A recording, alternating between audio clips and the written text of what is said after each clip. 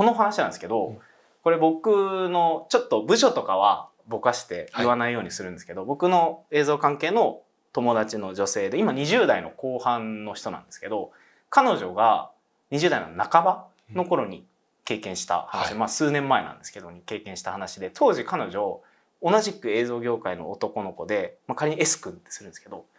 すごく大好きな男の子がいたんですよ。で彼結構有名な、プレイボーイというか遊び人で大好きなんですけど、なんか2人で飲みに行けるようになったりはして仲良くなって、どうなるかな、付き合えるのかなとか思ってたんですけど、結局なんかその体の関係だけみたいな感じになってしまって、で S 君は他のところでも遊んでるみたいな話はちらほら聞くしみたいな感じで、どうしようかなと思ってて、なんかたまにこう夜電話かかってきて今から遊び行っていいみたいな感じで、じゃあ今度朝電話かかってきて今から行っていいって言って酔っ払ってる時に来て寝て帰るみたいな、なんか都合のいい感じになっちゃってるなと思ってたらしいんですよ。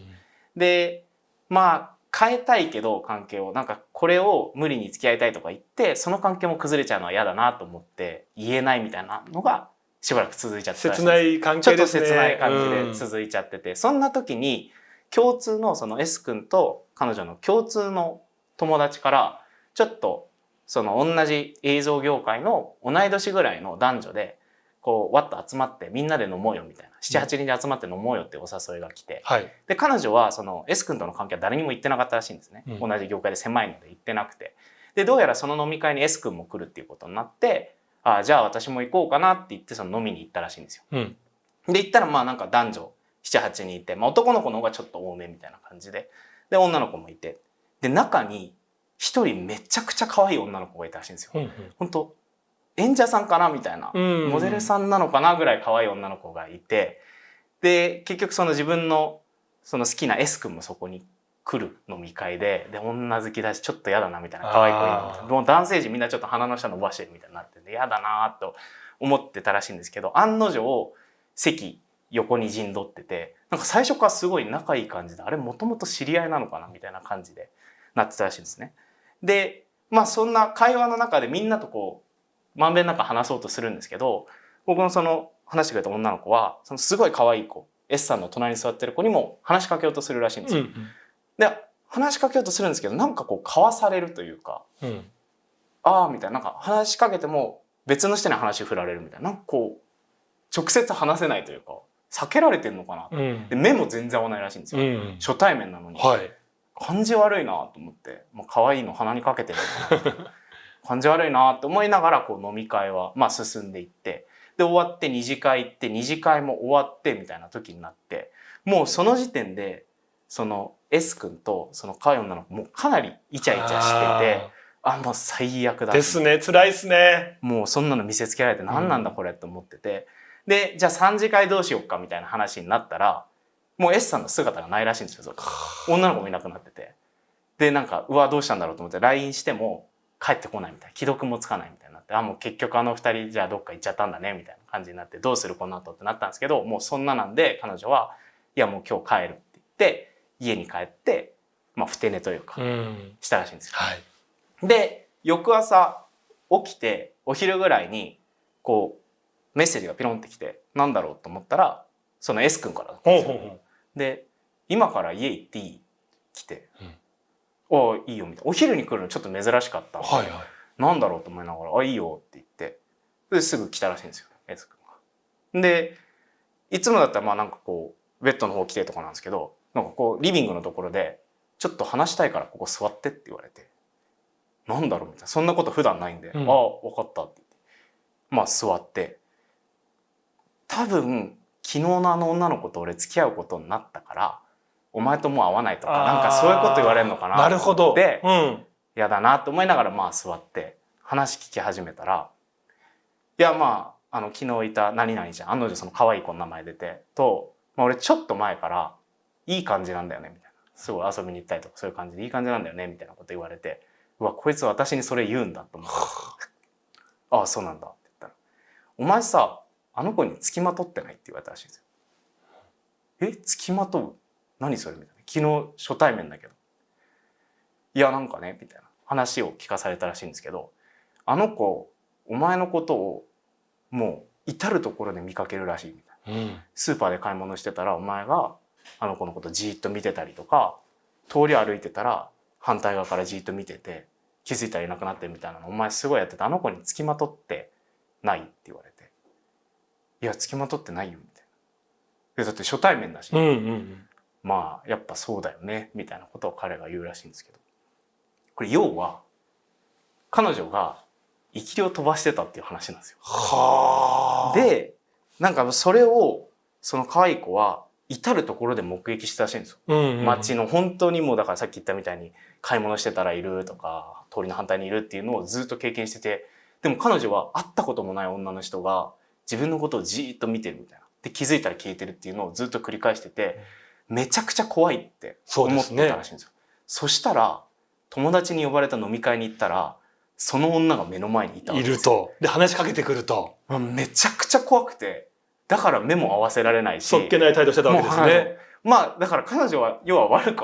子ではなかったっぽいんですけど、まあだからそういうのがあってみたいな話を昨日俺彼女に夜相談されてみたいな。まあでも俺そんなバカな話ないじゃんと思ったんだよね。はいはい。だからいやいやそれ気のせいでしょって、まあ彼女の家に2人でいる時にいやそれ気のせいだよっていう話をしてたらしいんですけど、そこの家まあ2階らしいんですけど、はい、ベランダのところに2人で話してる時にその僕にこの話を聞かせてくれた女の子がベランダに立ってじーっと2人を見てるのをその男の子も女の子もその時に目撃しちゃって固まってえってなったらいなくなってた。ごめんなさい、今その S 君とその可愛い女の子が2人での時にベランダ、その女の子の家のベランダに僕にこの話を聞かせてくれた子が立ってるのが2人でいる時に2人とも見ちゃって、その話をちょうどしてる時にうわってなって、そしたらいなくなってたから、いや俺もその子の話だから結局信じて、お前生きりを飛ばすのやめてくんないって言われたっていう話を聞かされました。いやなんか僕はね生きりを飛ばされて迷惑なんだよっていうふうにね言ってきてる話かもしれませんけど、やっぱりどうしても生きりを飛ばさせるようなことしてるお前が一番悪いんだろうってね、もう胸くそ悪いなと思ってそっちの方に持って聞いてしまうんですけども、ただやっぱりそういうふうに自分が飛ばしている感覚はなくても生きりをって飛ばしちゃうんですね。まさにそれが意外で、彼女もまあもちろん彼のことを考えたりはしてる、まあ好きな人なんでらしいんですけど、そんな例えば呪ってやろうとかそんな気はないですし、それでも飛んじゃってるっていうので。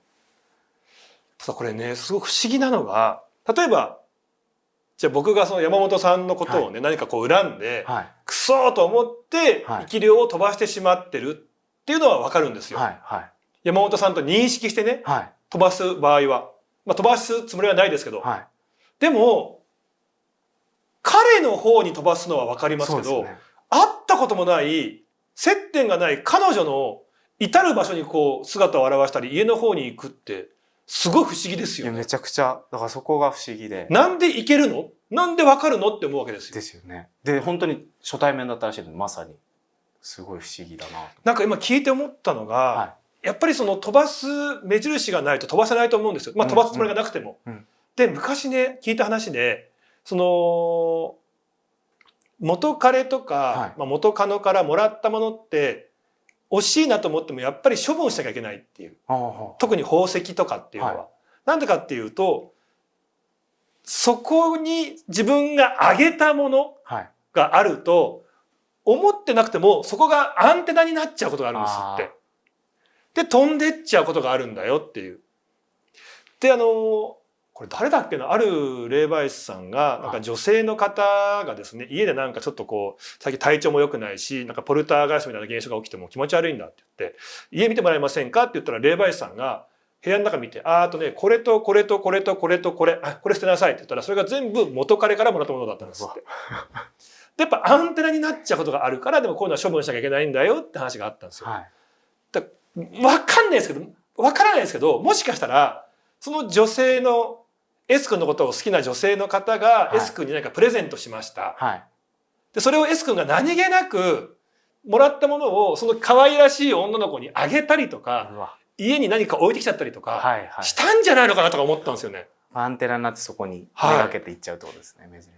確かにありそうですね、そういうの。本当にもう例えば宝石じゃなくってもなんか歯ブラシとかみたいなね、洗顔料みたいなものをねもらって、じゃあこれをこうね使ってた時にその可愛い子の家に行った時にそれをポンって洗面所に置いてきちゃったとか、なんかそういうことがなんかないといかない気がするんですよね。確かにそうですね。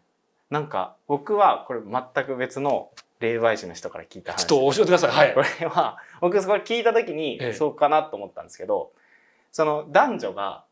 肉体関係を持つと、その女性のところに男性の念が